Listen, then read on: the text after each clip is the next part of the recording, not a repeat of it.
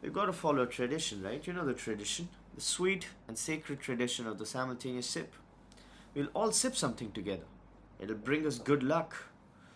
And all you need for the simultaneous sip is a cup or mug or glass or tank, a chalice or stein, a canteen jug or flask or a vessel of any kind. Pour it with your favorite liquid. Today I'm having water with some black pepper in it. It's good. It's good for me. And here we go. Oh my god. Oh my god. Once again. Once again. Sublime. You know what the simultaneous sip says, right? You know what it says? It says that we are not alone. It says that we are in this together. And that's such a beautiful thing to say. Speaking of not so beautiful things to say, uh, there's a Russian minister who used to be the transport minister. So he was fired by Mr. Putin, Vladimir Putin. And just after he was fired, he was found dead. And just when he was found dead, it was ruled a suicide. Now, how many of you believe that it was a suicide? Or, you know, this is indeed, he was just found dead, by the way. How many of you believe that? Speaking of things that you cannot believe, you know what happened in US lately? The Epstein case essentially just, they turned a leaf on it. So for people who don't know about this case, so there was this guy called Epstein, Jeffrey Epstein, I guess. And what he allegedly used to do was he used to provide little girls. He had sort of a pedophilia ring, which he used to provide for all these ultra rich people. So he used to have an island where all these people used to have some sort of getaways, and it was a pedo ring. So he was essentially a tax expert. He was one of the world's greatest minds on tax, but he was also running this ring apparently. So a huge hue and cry happened where victims of his crimes, essentially these sexual trafficking crimes, they spoke out. The huge case turned over. It became a very, very big case. So if you remember, Elon Musk, Mr. Musk, actually called Reid Hoffman, the founder of LinkedIn, an Epstein pedo. And the major talking point of the election of Donald Trump was that Epstein files are going to be out. Now, Epstein files were supposed to be those files which had the records of all the rich and elite people who frequented the Epstein Island, where presumably, allegedly, these crimes against humanity happened, okay, and regularly. So that particular case, now Bill Gates was an Epstein frequenter, so was a lot of people, right? A lot of people. It was just nasty, and then this case happened, and he was jailed, and at one point he was found dead, okay. So it was reported that Jeffrey Epstein has essentially committed suicide in the jail that he was in, okay. Now the client list, Epstein list, his victims, everything, dependent on this case. And this was a very, very highly political matter, because what do you do as far as a case of this order of magnitude is considered, like this scale is considered, right? And now what has happened is, what the court has found out is that there is no client list, okay. There is no client list. There is no record. There is essentially the victim, she has disappeared. She had already disappeared, Ghislaine Maxwell. So she had fallen off the radar. the jail cell, they released a cell recording, but that's the entrance of the jail. There's no recording of the jail cell is considered, right? So who entered, who exited, nobody knows. And then the record of that jail cell has mysteriously gotten disappeared. Then the very important data and files that uh, in the New York some this guy had, that has also gotten disappeared, and everything has basically conveniently disappeared as far as the Epstein case is considered. So so essentially what you're looking for is that Jeffrey Epstein killed himself right before getting acquitted because of lack of evidence, right? If there was no evidence against Jeffrey Epstein, why did he kill himself, right? Why did he kill himself? If they were, if all the victims that were supposed to be there, they have disappeared. If all, there is no data, there is no client list, there is no record, everything has disappeared. So why did Jeffrey Epstein kill himself, right? And this is despite Mr. Trump getting elected. This is despite Kash Patel getting, the whole FBI thing. This is despite Don Bongino. All of these people really, really seem to care about the Jeffrey Epstein case, and they said that we are going to bring it to light. And Elon Musk, Mr. Musk, he said that Epstein files are going to be out, and Epstein pedos are going to be out, and so on and so forth. And if you remember, when Mr. Musk and Mr. Trump were at odds, he even said Donald Trump is on the Epstein list. And then he said, I went too far, I'm sorry. But just imagine, what do we know about anything, right? What do we know about anything?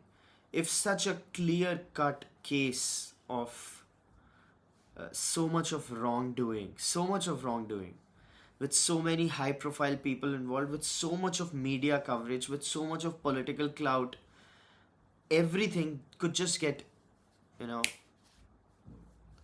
pushed aside. Like you turned the fig leaf on it. So what do we know about anything, right? What do we know about anything? The India-Pakistan ceasefire, what do we know about it? What do we know about, let's say,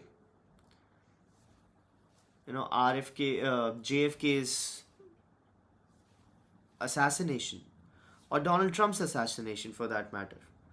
You know, what comes to light is that, okay, sure, you shouldn't be a conspiracy theorist, of course, but what can you actually trust, right? So now the Russian minister found dead after getting fired by Mr. Putin.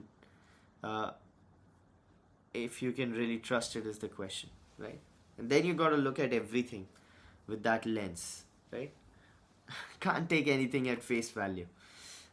Moving on, Mr. Trump has written a long piece condemning. Nishant, please start with some good news first, says Mr. Tushar Tiwari.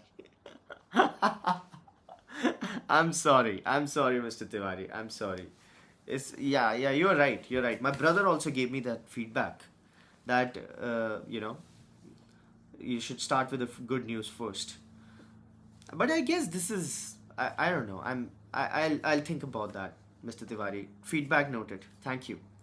So Mr. Trump says that Elon Musk's political party, the America Party, he can have fun with it, and now this contention, this bone of contention, as far as America Party and Republicans, is getting wider and wider, and a lot of analysts, including Scott Adams sir, had mentioned that the America Party will not be looking at the presidential candidate. They'll be looking at strategic Senate seats to play the role of the kingmaker. However, and that was actually endorsed by Mr. Musk. So he said, yeah, that's my plan. But he also said, I don't want to rule out essentially picking a president candidate in future as well. So things getting really, really crazy as far as the whole American political space is considered. And that is also going to affect a lot of things as far as American economy is considered. Now, looking at American economy, coming to American economy, Mr. Trump is warning BRICS. BRICS is Brazil, Russia, India, China, South Africa, and other countries, Ethiopia, Indonesia, and so on and so forth, even Saudi Arabia. So now BRICS people, what they were trying to do was they were trying to have their own currency, okay, their own payment mechanism, uh, to essentially to go away from the dollar. Right now, that was the strategic play to reduce dependence on the dollar. They were looking at their own currency. But Mr. Trump said that if this happens, this is anti-America. This is gonna ruin America. So we're gonna sanction it, and we're gonna make sure that this doesn't happen, right? So now Mr. Modi and everybody, the talks of currency have gotten reduced. However, there is a talk of the payment system for BRICS, something like a SWIFT, but for BRICS. Now, BRICS essentially talks about half the world's population, right? A serious amount of GDP contribution. So you can expect a bloc like BRICS, if it develops well, it could be a real threat to America, an extreme threat to America. And now that particular thing is getting escalated as Mr. Trump is keenly watching on the developments of BRICS. And BRICS is trying to say that we are a non alignment play. We are not trying to dethrone America, we're just trying to go about our business. So, what happens there is to be seen. Moving on, EU is hoping for a deal with POTUS, President. So, if you remember, viewers of Thinkers Frequency would know we talked about how Mr. Trump was talking about slapping that tariff, right? And that's what he intends to do. So, August 1st is the date. July 9th, today, essentially was supposed to be the date when those tariffs applied, but that was extended to August 1. So, these negotiations are going to continue till August 1. And then August 1, everybody's going to get the bill, so to speak. So there's 20%, 25% tariff bill on Japan and so on and so forth, which has already been announced. Speaking of something that has been announced, viewers of Thinkers Frequency would remember that European market, European Union, had essentially curbed Chinese medical supplies. Do you remember that the European Union was looking at curtailing the Chinese import of specialty medical devices? Now, China, what it tried doing was what it said that we are also gonna have a retaliatory tariff. So, an order above $6 million of medical equipment from EU to China will get specially audited and stuff like that, right? So, both of these countries, China says that EU claims to be a liberal country, but they are talking about protectionism. And EU says that our industry is in threat because of China. Now, this what happens is when all of these people 20 years ago or 10 years ago or 15, 20, 30 years ago, when they were looking at Chinese manufacturing, they thought that Chinese manufacturing will be limited to the low-end manufacturing, right? Chinese manufacturing is supposed to be a low-end manufacturing play. That was their hope, okay? And that stayed on for a while. For 10, 15 years, China did play the low-end manufacturing game, right? So Germany wasn't under threat because the precision manufacturing of Germany was pretty much unmatched, right? Precision engineering. However, what happened was since 2015, China began displaying serious progress as far as precision manufacturing is considered of medical equipment, medical devices, and so on. Not just medical devices, by the way, the heavy engineering devices like Siemens and so on and so forth. So Chinese players essentially got at the top end of the manufacturing play. Now, when they got at the top end of manufacturing play, Europe essentially wasn't left with anything, right? Now you got the bottom rung out, the rug has been swept off under your feet because they have the scale, they have everything. They have the supply chain, they have everything, right? And then the top end manufacturing play, they are also getting into that with some sort of cost advantage. So now what you're seeing is Europe seriously going under threat. So just 7 8 years ago, you didn't see uh, you know and Chinese car manufacturing at least threatening Europe. Yeah, the Chinese car manufacturing became huge 10 years ago in China as far as the EV market is considered, you know, but not the European market. Now things are real. Now China is at the top end of manufacturing game. It's no longer made in China. No longer means bad, low quality, at scale products. It means everything. So now Europe is trying to fight it. But is it too late? What do you think? Will Europe be able to fight it out? Europe is also fighting a cultural battle like India, you know. So it's not just a skill issue, it's not just a money issue, it's not just a resource issue. It's also a mindset issue. European mindset has gotten away from work. So when China is talking about world domination and when China is talking about IP, I talk viewers of Thinkers Frequency would remember like new drug development. China has like 30% share up from nothing.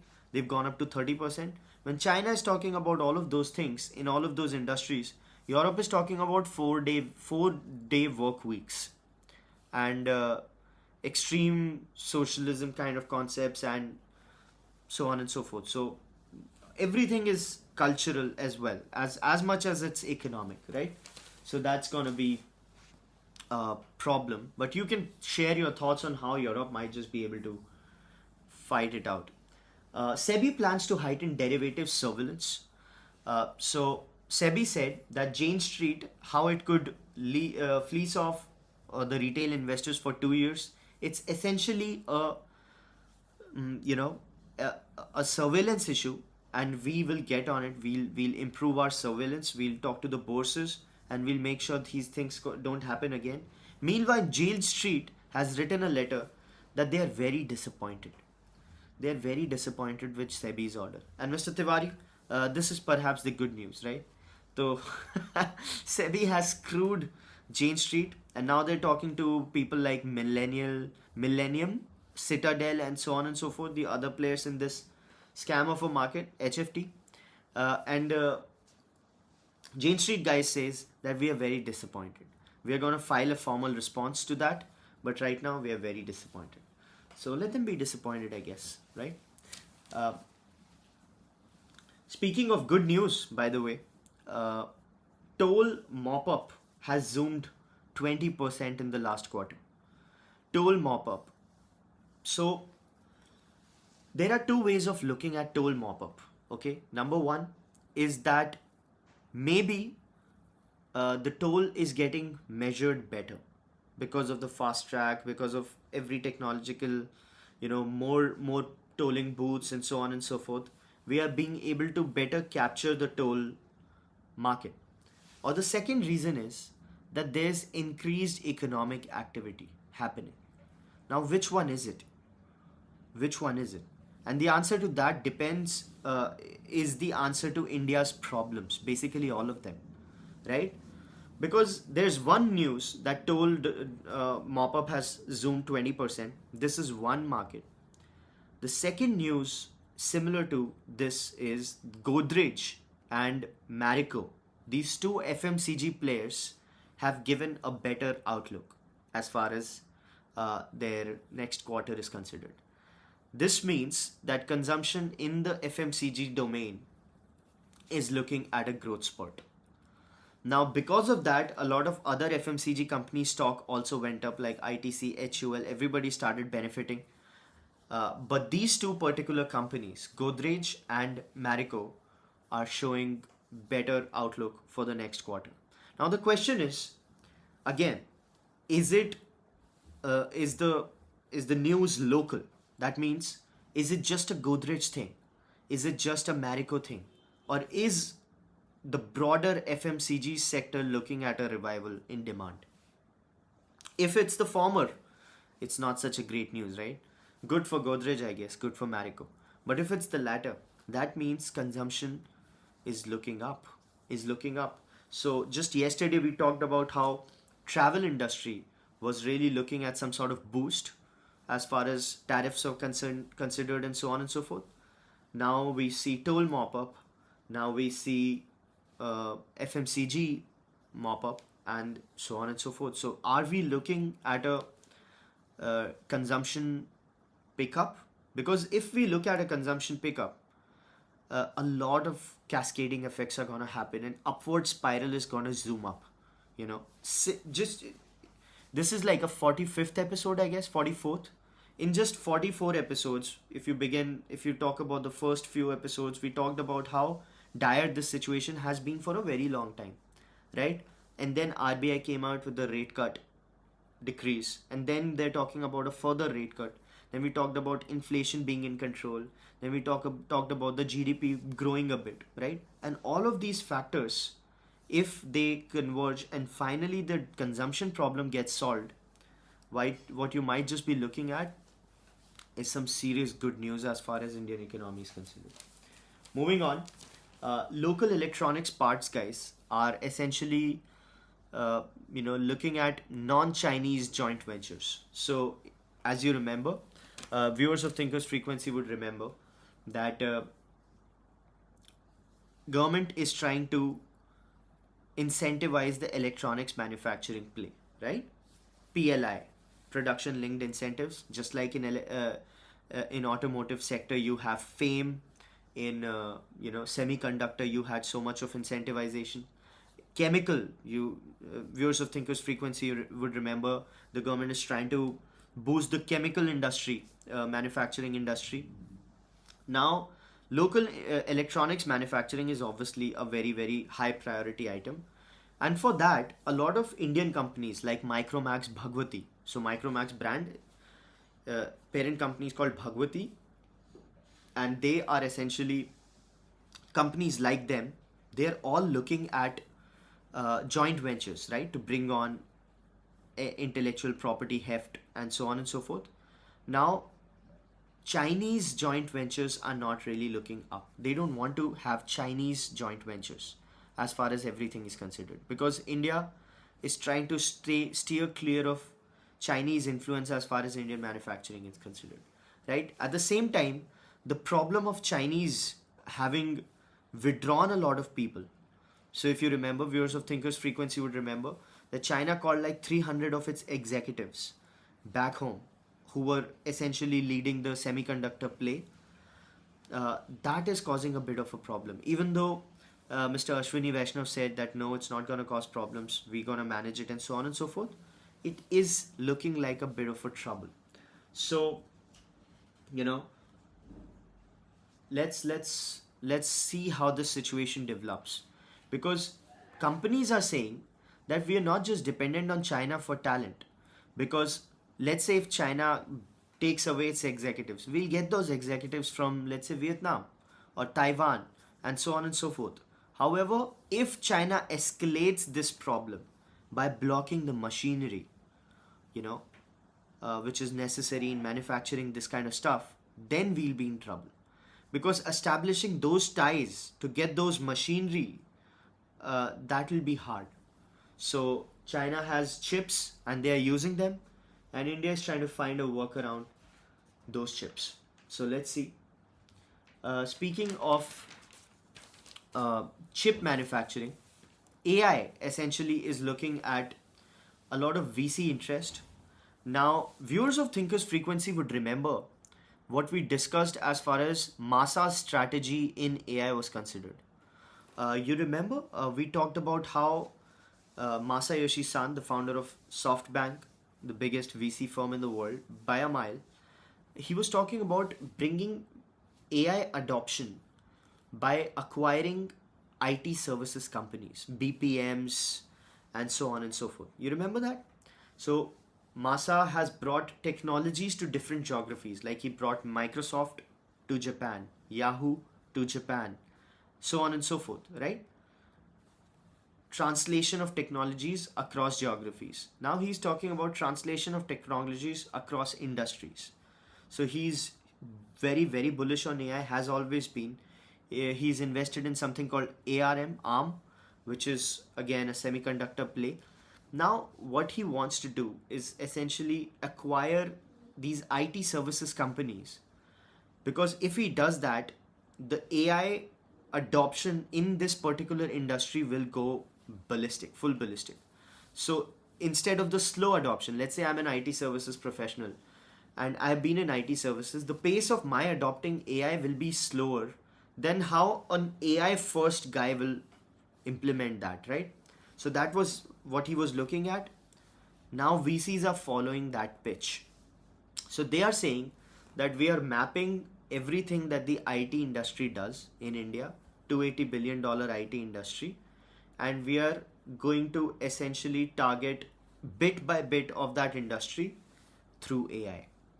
So viewers of Thinkers Frequency would remember, I've always said that this particular bit, the IT $280 billion IT industry, Infosys, HCL, TCS, and all, they are in trouble, and they are, they are, you know. So things are just gonna, walls are just keep gonna closing in for these guys, and it's gonna get tougher and tougher for the business to survive. And a lot of them will get acquired. So WNS is getting acquired. WNS is a BPM play, business process management. It's getting acquired for $3 billion. It's a very large company in the play, probably one of the biggest, most pioneering companies. So a lot of M&A action is going to happen where AI centric companies will acquire these software services or allied services companies like BPOs, KPOs, BPMs, and so on and so forth. Right? So moving on, a lot of political chit chatter happening, which we'll obviously not discuss. However, Malaysian PM has done a lot of kadi ninda as far as Pahalgam attack is considered. So Modi ji has gotten some kadi ninda from Malaysian PM. I guess that's supposed to be a good news, right? So Indian government, essentially PNGRB, Petroleum and Natural Gas Regulatory Board, is looking at an exchange for petro products. So just as you have the stock exchange for trading equities, you have the energy exchange MEX for energy, trading energy units. Now this Petroleum Natural Gas Regulatory Board is thinking about an exchange for petro products, like let's say, ATF fuel, bitumen, and so on and so forth. Now this will have a nice effect on the industry, because these commodities will be traded with ease, and that brings a lot of transparency to the fore, right? When you have an open exchange for energy, let's say, or an open exchange for, so at the moment they have a gas exchange, and now that is going to get translated into a bigger product. Obviously petrol and diesel, which is like the consumer facing thing, they won't be traded through the exchange. However, other petro products will be. So that's interesting, right? Did you know about the MEX, energy exchange, and so on and so forth? So a lot of strategy has been put into making exchanges for all these commodities. And this is not such an old concept, at least for India. Moving on, India tapping new markets, talking reforms to fight trade curbs. Well, thank God. Speaking of something that we've talked, and the second order effects. So the most important thing to realize is that everything is connected, right? Everything has second order effects, cascading effects. When COVID was at its peak, there were gang wars getting fought amongst monkeys. Monkey tribes were fighting amongst each other because people weren't going to Indonesia, where all of these monkeys were. Because people were going, food supplies had come down, because nobody was feeding the monkeys. And then for whatever little food that those people had, they could fight. You were seeing gang wars happening in those places, right? Like literal streets, empty streets, having gang wars of monkeys. So everything is connected. And with smartphone sales going down in India, what you're looking at is the refurbished sales, refurbished mobile market also going down. So viewers of Thinkers Frequency would remember we talked about how smartphones have not grown at all, like 150 million, 151, 150, 151, and so on and so forth, 12, 13 million monthly. And when new smartphones don't sell as much, what do you think happens? You know, what do you think happens? The refurbished market also goes down. Now that's exactly what happened. So refurbished market, which is mostly fragmented, 85% of it is informal, that is shrinking. People are not buying used phones anymore because there's frankly no supply of used phones, right? Moving on.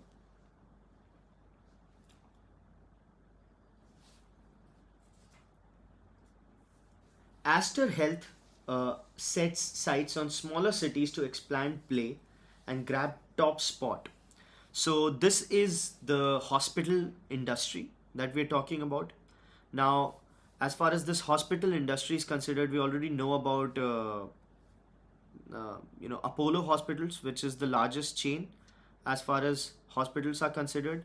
Now, Aster has essentially acquired a company, and now they are the second largest player. So I'll just throw some numbers.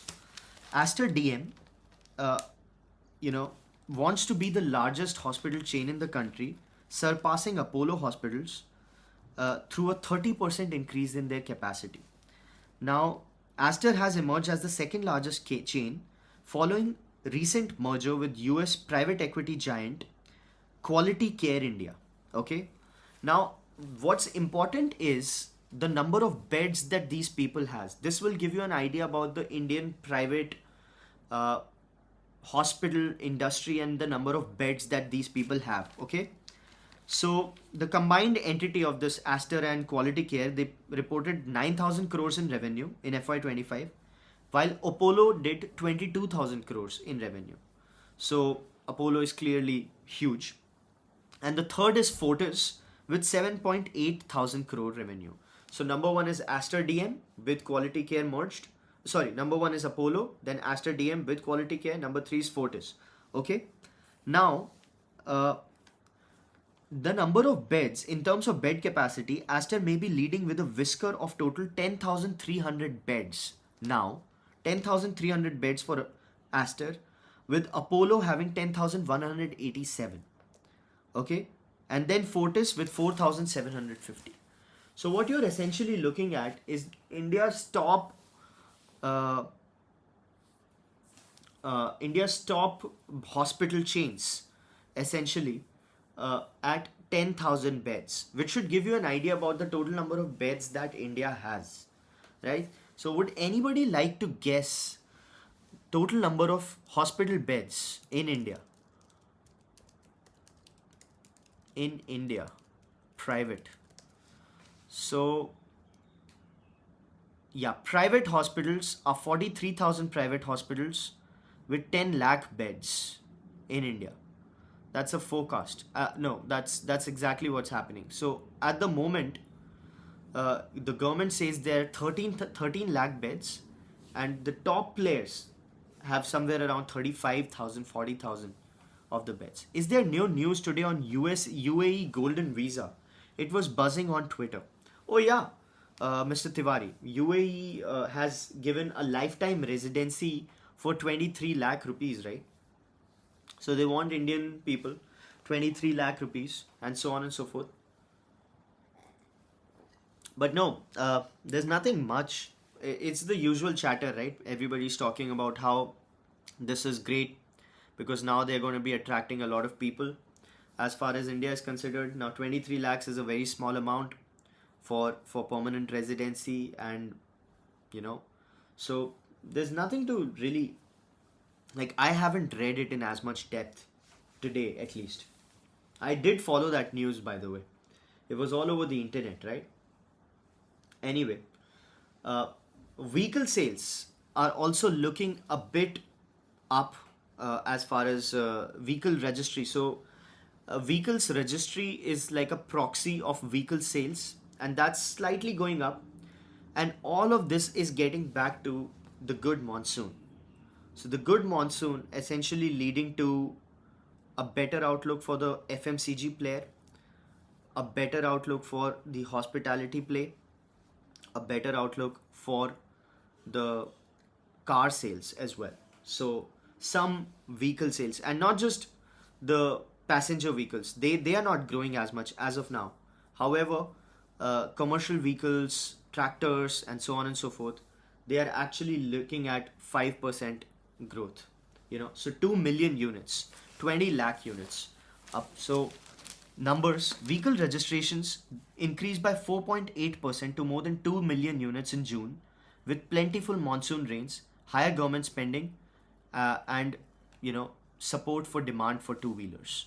So if you look at the specific numbers, passenger vehicles are 2.9 lakhs, let's say 3 lakhs almost.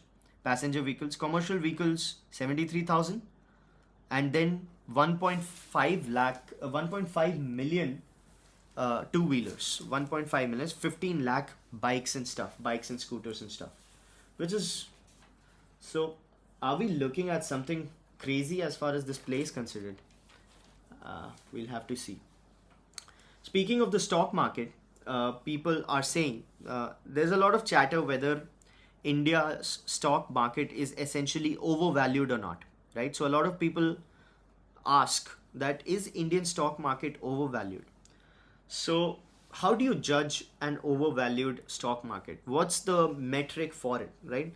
So one of those metrics is called Buffett indicator. Buffett indicator. Do you know about Buffett indicator? Now Buffett indicator says that you divide the stock market cap, the entire market cap of a country's listed stocks, by its GDP. Okay? So market cap divided by GDP, and then you get a percentage, right? Then you get a percentage that is called Buffett indicator. If that percentage is somewhere around 70 to 80%, it's time to buy. The stocks are undervalued. But if that is around 150, 200, and so on, so forth, that is the stocks are overvalued. The market is overvalued. That's like a Warren Buffett thumb of rule kind of a play. So Indian stock market was essentially at 146% market cap to GDP, right? Now it's at 120%. So people are saying that Indian market is not overheated as yet. 120 is pretty much in the range, which is good. However, if it gets a little overheated, like it goes 140, 160, and so on and so forth, then it could be a problem. Volatility index is also down. So you're looking at some sort of safety as far as the stock market is considered, but you never know. Retail traders in FNO, losses of 41%. Well, FNO is something that futures and options trading. That is the riskiest of all trading operations. Now, the risk continues, and the data says that retail individual traders had net losses of 1.05 lakh crore. That is like 12 to 14 billion dollars. That was the FY25 loss as far as retail traders are considered in the FNO market. This is up from 74,000, 75,000 last year. So they lost like 25% more money. So clearly the whole Jane Street operation and everything had a lot to do with that.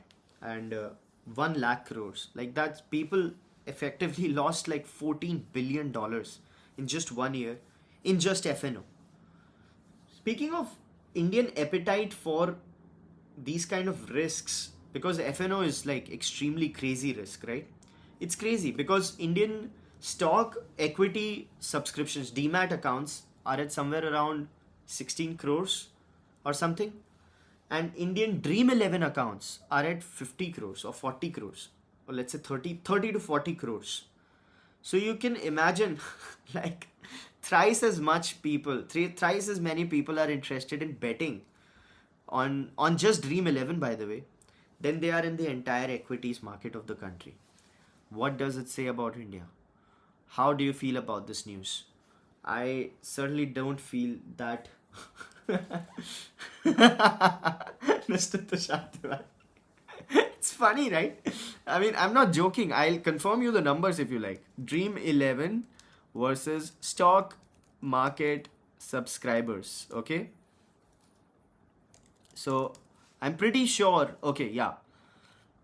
Dream 11 has now 22 crore users, while total demat accounts are at 17 crores, 18 crores. So 22, just Dream 11. Then there's Games 24/7.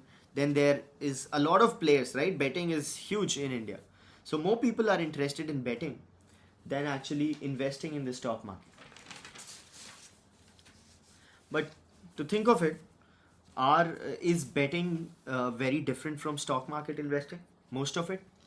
That's a very good question to ask, right? Is actually betting so different from the stock market investing? Moving on, NHB asks housing finance companies to pay interest on advance EMIs. So what housing finance companies used to do was, with these economically weaker sections and so, they used to fear that these people are not going to pay, right? So they used to have advance EMIs and advance deposits and so on and so forth. And they didn't, and then came the EMI. So they used to keep that extra money as float. Now, viewers of Thinkers Frequency would remember that we talk a lot about float, right? Float makes business great. If your business has float, you're very happy. You should be very happy. Float is the money that you just get to keep, which is not your earning, but you get to keep that money, right? So insurance companies take a lot of insurance premium, and that premium doesn't get spent till something happens.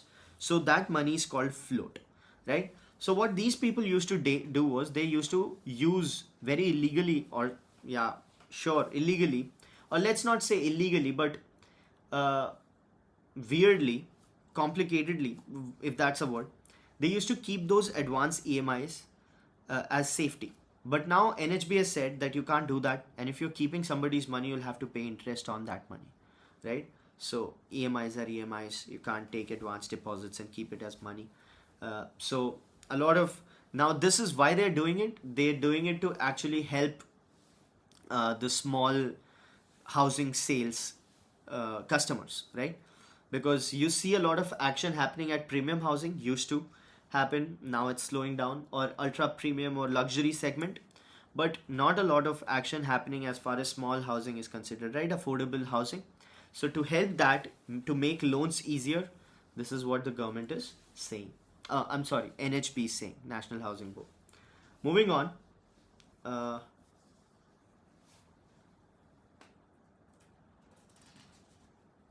Nifty 50 show to be subdued. Sure. Mm-hmm. PSBs have been asked to process edu loans in 15 days. So edu loans, education loans, have always been a bit complicated, not just in India but in US. US, there's a huge election issue as far as education loans and their forgiving is considered. So previous administration, Biden administration, actually just gave away education loans to people. They whatever education loans were there, they just wrote them off, right? So India also has an education loan problem that it takes some time to process it, right? And all that time which goes into processing of it causes a lot of problems for the customers and so on and so forth. So the government has asked the PSBs, the public sector banks, to expedite the process and provide the education loans processing within 15 days. Now this again, everything is related. The government, the RBI, fixing the whole loan interest rate issue, and then asking in the housing front, the loans get easier, the EMIs get fair, no advance EMI. If you're taking advance EMI, you're going to pay the interest, and on education sector and all. And all of this, if you look at it very carefully, is just a means to spur the economy, right? Now that you have inflation in control, what you want to be doing is just pushing the economy however you can. And all of these steps are in that direction. That direction, right?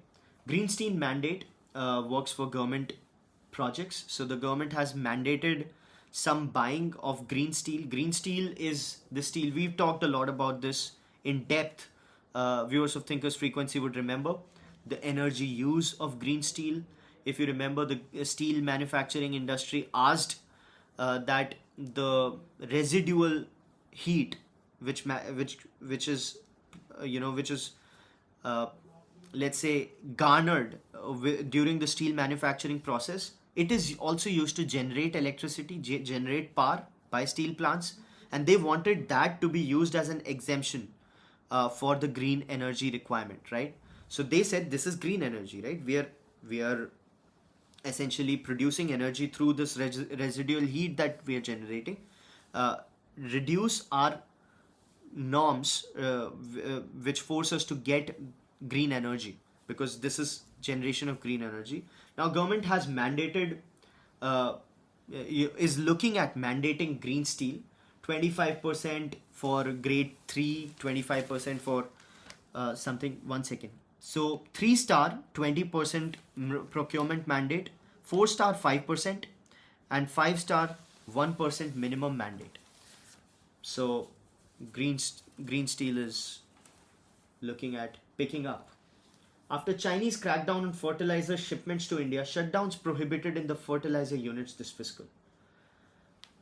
So as China essentially, after rare earth, it was also looking at the fertilizer, uh, blockade, and that was looking at that was going to cause a lot of shutdowns as far as Indian fertilizer facilities are considered.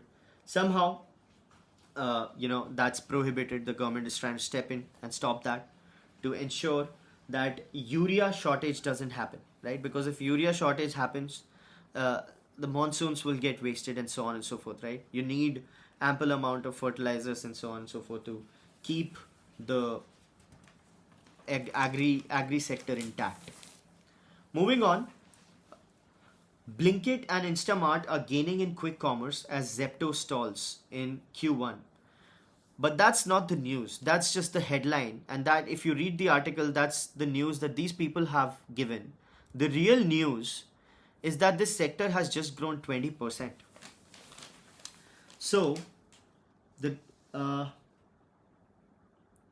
in the first quarter of fiscal 2026, Blinkit's gross order value grew 25% quarter on quarter, and so on and so forth. Instamart's 22%.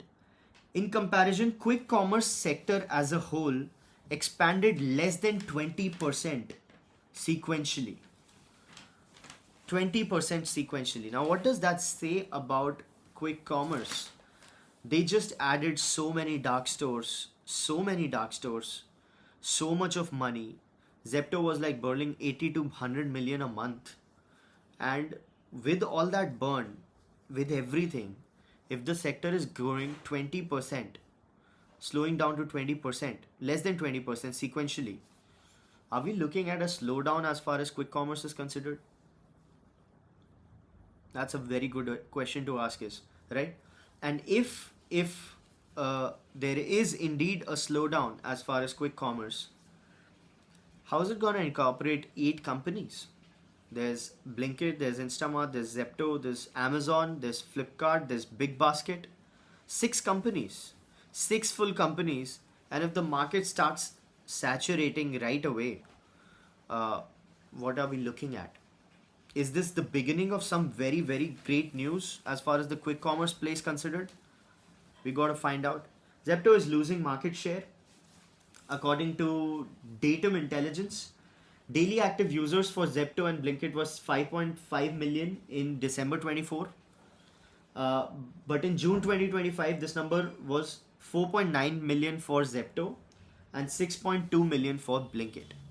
So Blinkit clearly moving on, moving forward, and Zepto probably going behind. But that is no news. That doesn't matter. What matters is how the sector looks at, uh, is looking at a macro level, right? That's more important. And if it's slowing down, a lot of problems are going to happen. A serious amount of problems are going to happen. And I have always believed that there's very limited market for quick commerce if it plays by the rules, if it plays fair, if it plays with a good gross margin, as any company should. It's gonna be very difficult to scale this thing profitably. To think of it, e-commerce companies still don't make money after like being. Flipkart started in 2007, right? 2007.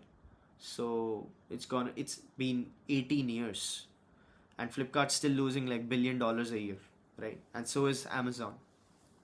So e-commerce hasn't been able to make money. How should quick commerce be different in that regard? So Blinkit was making, just made this quarter, it has made some, what's the loss that Blinkit? 180 crores. Market leader, 180 crores in this quarter. So that's not a lot of loss, but it's still a lot of loss, right? So moving on. A hidden dragon bears fangs at Fox want to put India in a crouch, as we discussed. Good headlines. Good headlines. Smarter AI needs smarter humans. So with the rise of AI, data annotation as a field, data labeling as a field, data training as a field is growing up, and AI's power drive is fueling a green boom. So this is a very important analysis, and this is a very contrarian perspective. Let me know if it makes sense to you. The scene is that AI is getting a lot of power requirement. Okay, AI needs a lot of power. Because AI needs so much of power, and there's only so much you can do with the existing power uh, systems like fossil fuels and so on and so forth. A lot of renewable energy is getting serious investments, like nuclear is seeing some push, solar is seeing some push. A lot of nuclear renewable energy is looking at growth. Battery technology is growing very big, very big. Like Tesla had a gigafactory set up for batteries, and they are already more efficient than the existing play. So what we might just be looking at is an interesting play where AI rises a lot, okay, and it takes a lot of power, and crypto takes a lot of power, as crypto was taking a lot of power. AI also starts taking a lot of power, but chips get more efficient, okay, with times to come. In times to come, chips get more and more power efficient. AI rises up, chips get more efficient. At the same time, energy also rises up. Nuclear steps in, solar scales up, so on and so forth. Energy also rises up. Now, AI energy requirement rises up, energy supply rises up, and then radically, AI's energy requirement goes down. And that's when you might just see a serious deflation as far as energy costs are considered. Because once you have those plants running, you can't switch them off like Germany did, right? Germany switched off all their nuclear plants like idiots, and they're basically screwed now, energy wise. So nobody's gonna do that.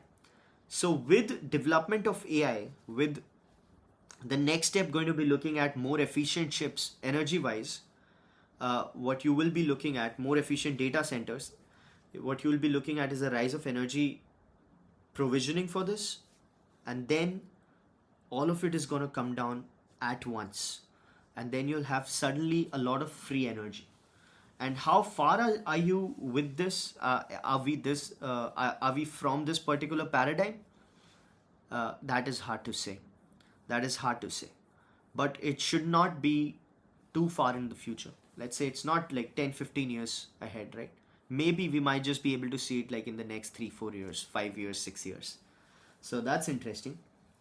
And that's what I have for you, ladies and gentlemen. It was 8:59. Today we started on time. I was here 8 a.m. dot 8 a.m. everywhere. I sent a message on WhatsApp, YouTube, LinkedIn, everywhere. And now we are ending at 9 a.m. So this is as regular, as punctual as I could be. I'm so happy to have pulled this off. It was really nice talking to you, to everybody who joined, a lot of people. Uh, Job market, your thoughts, asks Mr. Shrujay Kale. Job market is in trouble, sir, Mr. Kale. As we've discussed, job market is going to be looking at some sort of trouble. So there's a lot of layoffs are obviously going to happen because IT won't be able to hire so much, right? As we discussed, IT hires a lot of people. Just Infosys had like 3.5 lakh people, right? Now, since IT is going to get it from both ends, right? At one end of the spectrum, you'll have startups taking over those things. At the other end of the spectrum, you'll have AI companies taking over them and bringing efficiencies like never before. So IT won't be able to hire, and IT itself hires like 20 lakh people, right, in India. So that's a problem. About manufacturing in other domains is considered, well, that's also gonna look difficult because these people are looking at a travel operator. So at the moment, they're saying, can AI be your travel operator? Can you just ask your AI to book reservations with hotels, with airlines, with everything? So you prompt it up like, I'm going from Delhi to Mumbai to Goa and I want cheapest air tickets and so on and so forth. And can AI do that? And they're working on that, right? So obviously, it's like the quintessential example for AI's practicality. Now, if they come closer to that, you can expect something bad to be happening in the job market, right? But a lot of companies which are currently firing people and saying that is because of AI, you know why they are doing that? Because they are not really at the forefront of AI. And what they want to be positioning is that they are some sort of leaders as far as AI is considered, right? But they are not leaders. They want to fire people, but they want to give a good signal to the stock market. And what's the best signal to give to the stock market? That we are pioneers in AI and we are firing these people because of AI efficiencies. While that might not be true for every company, what's true is that AI is not good for jobs. And that, with that, ladies and gentlemen, we will come to the close of the 44th episode of Thinker's Frequency, our daily mental workout, our daily dose of insights and analysis which don't lead to paralysis right before we punch in. Thank you so much for joining. I hope you have a beautiful day, personally and professionally. I'll see you tomorrow. Same place, same time, hopefully. Bye bye. And I take your feedback, Mr. Tiwari. I'll try to find good news. Bye bye. Take care.